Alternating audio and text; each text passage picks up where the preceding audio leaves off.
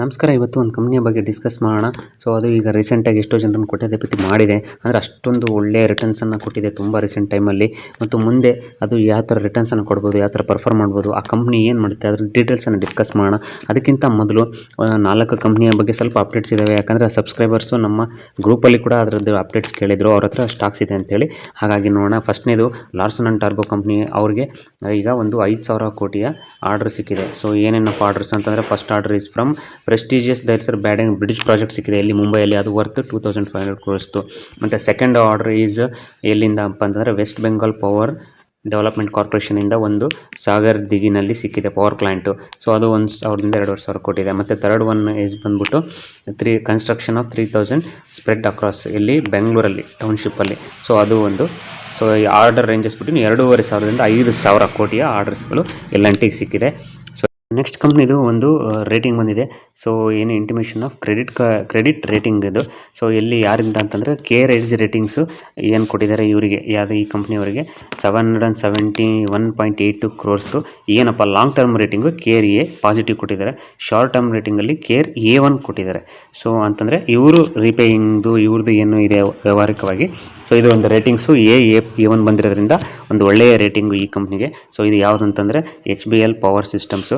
So ಈ HBL ಅಂತೂ ನಾವು ಆಲ್ಮೋಸ್ಟ್ 70 ರೂಪೀಸಿಂದ ನಾವು ಇದನ್ನು ಫಾಲೋಅಪ್ ಮಾಡ್ತಾ ಇದ್ದೀವಿ. ಸೊ ತುಂಬ ಜನ ನಮ್ಮ ಸಬ್ಸ್ಕ್ರೈಬರ್ಸು ಮತ್ತು ನಮ್ಮ ಗ್ರೂಪಲ್ಲಿ ಇರೋರ ಹತ್ರ ಈ ಸ್ಟಾಕ್ ಇದೆ. ಸೊ ಲಾಸ್ಟ್ ಮಂತ್ ಕೂಡ ಮತ್ತೆ ಡಿಸ್ಕಸ್ ಮಾಡಿದ್ವಿ.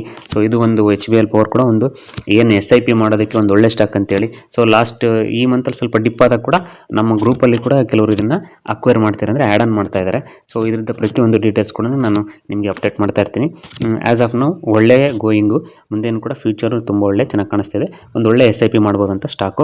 ಸೊ ಇದ್ರ ಬಗ್ಗೆ ಪೂರ್ತಿ ಒಂದು ಡೀಟೇಲ್ ಆಗಿ ಒಂದು ಡಿಸ್ಕಸ್ ಅನಾಲಿಸಿಸ್ ವಿಡಿಯೋ ಮಾಡುವ ನಿಮಗಾಗಿ ಬೇಕು ಅಂತಂದರೆ. ಸೊ ಇದು ನೋಡಿ, ನೆಕ್ಸ್ಟ್ KPIT ಕಂಪ್ನಿದು ಒಂದು ಇಂಪಾರ್ಟೆಂಟ್ ಏನಪ್ಪ ಅಪ್ಡೇಟ್ ಅಂತಾರೆ JP Morgan. So JP Morgan ನಿಮ್ಗೆ ಗೊತ್ತಿರ್ಬೋದು. ಸೊ ಇದೊಂದು US ಕಂಪ್ನಿ ಇವ್ರದ್ದು. ಇವ್ರು ಪ್ರಾಜೆಕ್ಟ್ ಮಾಡಿದ್ದಾರೆ ಏನಂದರೆ down side of as much as 50% in the stock in next 12 months. ಅಂದರೆ ಮುಂದಿನ ಒಂದು ವರ್ಷದಲ್ಲಿ 500 ಅಂದರೆ ಅರ್ಧಕ್ಕರ್ಧ ಡೌನ್ ಆಗ್ಬೋದು ಇದು KPIT ಸ್ಟಾಕು, 500 ರೇಂಜಿಗೆ ಬರ್ಬೋದು ಅಂತೇಳಿ ಅವರು JP Morgan ಅವ್ರು ಪ್ರೆಡಿಕ್ಟ್ ಮಾಡ್ತಿದ್ದಾರೆ. ಸೊ ಅವ್ರು ಯಾಕೆ ಕಾರಣ ಏನು ಅಂತಂದರೆ, ಯಾಕೆ ಹೇಳ್ತಿದ್ದಾರೆ ಅಂದರೆ, ನೀವು ನೋಡ್ಬೋದು ಹೋಂಡಾ ಮೋಟಾರ್ ಕಂಪ್ನಿ ಅವರು ಒಂದು ಏನೋ ಇವರು ಕ್ಲೈಂಟು KPIT ಅವ್ರು ಏನು ಮಾಡ್ತಿದ್ದಾರೆ, ಡೈವರ್ಸಿಫೈ ವೆಂಡರ್ ಬೇಸ್ ಅಂತೆ. So few earlier announced partnership ಇತ್ತು ಜಪಾನೀಸ್ ಒಂದು IT ಸರ್ವಿಸ್ ಕಂಪ್ನಿ ಜೊತೆ, SCSK ಕಾರ್ಪೊರೇಷನ್ ಜೊತೆ ಅವರು ಟೈಅಪ್ ಮಾಡ್ಕೊಂಡಿದ್ದಾರೆ ಅವ್ರ ಸಾಫ್ಟ್ವೇರ್ ಡೆವಲಪ್ಮೆಂಟ್ ವೆಹಿಕಲ್ಸ್ಗೋಸ್ಕರ. ಸೊ ಅಂದರೆ ಅವರು KPITಯನ್ನು ಬಿಟ್ಟು ಆ ಕಡೆ ಹೋಗ್ತಿದ್ದಾರೆ ಅಂತೇಳಿ. ಹಾಗಾಗಿ ಇದು ಏನು ಮುಂದಿನ ಒಂದು ವರ್ಷದಲ್ಲಿ 50% ಡೌನ್ ಆಗ್ಬೋದು ಅಂತ JP Morgan ಅವ್ರು ಹೇಳ್ತಿದ್ದಾರೆ. ಸೊ ಬಟ್ ಹೋಂಡಾ ಒಬ್ಬರೇನಾ ಇವರಿಗೆ ಕ್ಲೈಂಟ್ ಇರೋದು, ಅಥವಾ ಹೋಂಡಾ ಪೂರ್ತಿಯಾಗಿ KPITನ ಬಿಟ್ಟು ಅಲ್ಲಿಗೆ ಟ್ರಾನ್ಸ್ಫರ್ ಮಾಡ್ತಿದ್ದಾರೆ, ಅದೆಲ್ಲ ಇನ್ನೂ ಡೀಟೇಲ್ಸನ್ನು ನಾವು ತಗೋಬೇಕಾಗಿದೆ ಅದನ್ನು. ಸೊ ಇದೇ ರೀತಿ ನೀವು ಯಾವ್ದಾರು ಒಂದು ಕಂಪ್ನಿನಲ್ಲಿ ಇನ್ವೆಸ್ಟ್ ಮಾಡಿದರೆ ಪ್ರತಿಯೊಂದು ಅಪ್ಡೇಟ್ ತಗೋತಾ ಇರಿ. ಸೊ ಇದ್ರ ಇಂಪ್ಯಾಕ್ಟ್ ಏನಾಗುತ್ತೆ ಅನ್ನೋದನ್ನು ಒಂದು ನೆಕ್ಸ್ಟ್ 2-3 ಕ್ವಾರ್ಟರ್ಸಲ್ಲಿ ಕೂಡ ನಾವು ರಿಸಲ್ಟಲ್ಲಿ ನೋಡೋಣ. ಸೊ ಯಾರೋ ಒಬ್ಬರು ದೊಡ್ಡ ರೇಟಿಂಗ್ ಕೊಟ್ಟ ತಕ್ಷಣ ಅದು ಶೇರ್ ಏರೋದಾಗಲಿ, ಯಾರೋ ಏನೋ ರೇಟಿಂಗ್ ಮಾಡಿದ ತಕ್ಷಣ ಬೀಳೋದಾಗಲಿ, ಇದು ಖಂಡಿತ ಸ್ಟಾಕ್ ಮಾರ್ಕೆಟಲ್ಲಿ ಆಗ್ಲಿಕ್ಕೆ ಸಾಧ್ಯ ಇಲ್ಲ. ಸೊ ಅದು ಏನಪ್ಪ, completely depends on its business down ಆದರೆ ಮಾತ್ರ ಸ್ಟಾಕ್ ಡೌನ್ ಆಗೋ ಚಾನ್ಸಸ್ ಇರುತ್ತೆ. ಸೊ ಏನೋ ಒಂದು ನಿಗಾ ಇಟ್ಟಿರಿ, KPITಲಿ ಯಾರ್ಯಾರು ಇನ್ವೆಸ್ಟೆಡ್ ಇದ್ದೀರಿ, ಸ್ಟಾಕ್ಸ್ ಇದೆ. ಸೊ ಅವರು ಪ್ರತಿಯೊಂದು ಅಪ್ಡೇಟ್ ತಗೋತಾ ಇರಿ. ಸೊ ನಾನು ಪ್ರತಿಯೊಂದು ಅಪ್ಡೇಟ್ ಕೊಡ್ತಾ ಇರ್ತೀನಿ. ಫ್ರೆಶ್ ಎಂಟ್ರಿ ಮಾಡೋರು ಸ್ವಲ್ಪ ಇದನ್ನು ಬೇಕಿದ್ರೆ ಸದ್ಯಕ್ಕೆ ಫ್ರೆಶ್ ಎಂಟ್ರಿ ಮಾಡಿಬಿಡ್ರಿ. ಬಟ್ ಒಳ್ಳೆಯ ಕಂಪ್ನಿ ಇದೆ ಇದು. ಸ್ವಲ್ಪ ಎಲ್ಲ ಡೀಟೇಲ್ ನೋಡ್ತಾ ಇರೋಣ. ಇವತ್ತಿನ ಏನೋ ನಾವು ಮೇಯ್ನ್ ಒಂದು ಕಂಪ್ನಿ ಡಿಸ್ಕಸ್ ಮಾಡೋಣ ಅಂದ್ಕೊಂಡಿದ್ವಿ. ರೀಸೆಂಟಾಗಿ ಸಾಕಷ್ಟು ರಿಟರ್ನ್ಸ್ ಕೊಟ್ಟಿರ್ತಕ್ಕಂಥ ಕಂಪ್ನಿ. ಸೊ ಈ ಕಂಪ್ನಿ ಏನು ಮಾಡುತ್ತಪ್ಪ ಅಂದರೆ, ಮ್ಯಾನುಫ್ಯಾಕ್ಚರಿಂಗ್ ಆಫ್ ಎಲೆಕ್ಟ್ರಿಕ್ ವೆಹಿಕಲ್ಸ್. ನೀವು ಈಗ ಏನು ಎಲ್ಲ ಹೇಳ್ತಿರಲ್ಲ ಇ ವಿ ಬೂಮ್ ಅಂತೇಳಿ. ಸೊ ಇದು ಒಂದು ಆ ಥರ ಒಂದು ಟ್ರೆಂಡಲ್ಲಿ ಇರ್ತಕ್ಕಂಥ ಬೂಮಿಂಗ್ ಸ್ಟಾಕು. ಸೊ ಇದು ಎಷ್ಟು ರಿಟರ್ನ್ಸ್ ಕೊಟ್ಟಿದೆ ನೋಡೋಣ. ನೋಡಿ, ಇದು ಏನು application for the hospitality industry, golf courses, club and ರೆಸಾರ್ಟ್ಸ್ಗೆ ಅವರಿಗೆ ಏನು ಅಂದರೆ manufactures electric scooter, electric car, electric bus, vintage car, golf ಕೋರ್ಸಸ್ಸಲ್ಲಿ, ಕ್ಲಬ್ಬಲ್ಲಿ, ರೆಸಾರ್ಟ್ಸಲ್ಲಿ ಆ ಥರ ಯೂಸ್ ಮಾಡ್ತಿರ್ತಾರಲ್ಲ, ಆ ಥರದ ಒಂದು ಮ್ಯಾನುಫ್ಯಾಕ್ಚರ್ ಮಾಡ್ತಕ್ಕಂಥ ಕಂಪ್ನಿ ಇದು. ಸೊ ಇದ್ರದ್ದು ನೀವು balance sheet profit and loss ನೋಡ್ತಾ ಹೋಯ್ತು ಅಂದರೆ, ಸೇಲ್ಸು 2016ರಲ್ಲಿ 0.01 ನೋಡಿ, 2022 ತನಕ ಏನಂತ ಇದಿಲ್ಲ. ಈಗ 23ರಲ್ಲಿ ಮಾತ್ರ 13 ಕೋಟಿ ಸೇಲ್ಸನ್ನು ಮಾಡಿದೆ.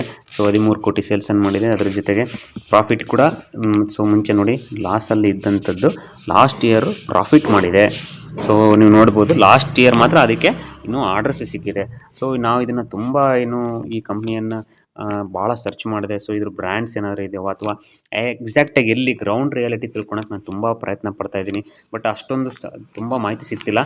ಬಟ್ ನೋಡಿ ಇದು ಪ್ರಮೋಟರ್ಸು. ಸೊ 49 ಆ ಥರ ಇದ್ದಂಥದ್ದು. ಸೊ ಇದನ್ನು ಲಾಸ್ಟ್ ಇಯರಲ್ಲಿ ತುಂಬ ಪ್ರಮೋಟರ್ಸ್ ಶೇರ್ ಹೋಲ್ಡಿಂಗ್ ಕೂಡ ತುಂಬ ಜಾಸ್ತಿ ಮಾಡಿದೆ. 65% ಪ್ರಮೋಟರ್ಸ್ ಹೋಲ್ಡಿಂಗ್ ಆಗಿದೆ. ಸೊ ಈಗ 62% ಇದೆ. ಅಂದರೆ ರೀಸೆಂಟಾಗಿ ಪ್ರಮೋಟರ್ ಹೋಲ್ಡಿಂಗ್ ಕೂಡ ಇನ್ಕ್ರೀಸ್ ಮಾಡಿದ್ದಾರೆ. ಪಬ್ಲಿಕ್ 37.44% ಇದೆ. ಸೊ ಈ ವರ್ಷ ಏನು ಇದು ಪ್ರಾಫಿಟ್ ಕೂಡ ಮಾಡಿದೆ. ಸೊ ಬಟ್ ಇದು ಏನು ಬ್ರ್ಯಾಂಡ್ ಇದೆ, ಏನು ಎಕ್ಸಾಕ್ಟ್ ನನಗೆ ಡೀಟೇಲ್ಸ್ ಸಿಗ್ತಿಲ್ಲ. ಸೊ ನಿಮಗೆಲ್ಲರ ಡೀಟೇಲ್ಸ್ ಸಿಕ್ಕರೆ ಇದನ್ನು ಸ್ಟಡಿ ಮಾಡಿರಿ.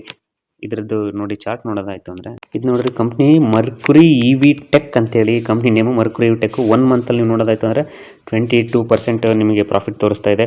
ಸೊ ಇದನ್ನು ನೀವು 1 ಇಯರ್ 6 ಮಂತ್ಸಲ್ಲಿ ನೋಡಿದ್ರೆ 6 ಮಂತ್ಸಲ್ಲಿ ನಿಮಗೆ ಹತ್ತತ್ರ 202% ರಿಟರ್ನನ್ನು ಕೊಟ್ಟಿದೆ. ಸೊ ಮ್ಯಾಕ್ಸಿಮಮ್ ಇದರಲ್ಲಿ ನೋಡಿದ್ರೆ ಸೊ 2021 ಲೀಸ್ಟಿಂಗ್ ಆಗಿದೆ. ಇದು 34 ಪೈಸೆ ಇದ್ದಂಥದ್ದು.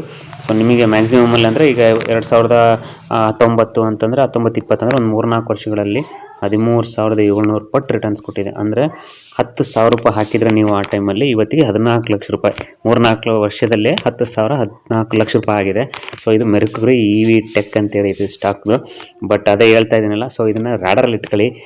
ನೋಡೋಣ, ನನಗೇನಾದರೂ ಇದ್ರದ್ದು ಅಪ್ಡೇಟ್ಸ್ ಸಿಕ್ಕರೆ ಅಥವಾ ಏನಾರು ಇದ್ರದ್ದು ಒಂದು ನನಗೆ ಪೂರ್ತಿಯಾಗಿ ಮಾಹಿತಿ ಸಿಕ್ಕರೆ ಖಂಡಿತವಾಗಿ ಅದನ್ನು ನಿಮಗೆ ಕೊಡುವಂಥ ಪ್ರಯತ್ನ ಮಾಡ್ತೀನಿ. So even I searched it's website ಕೂಡ ನೋಡಿದೆ.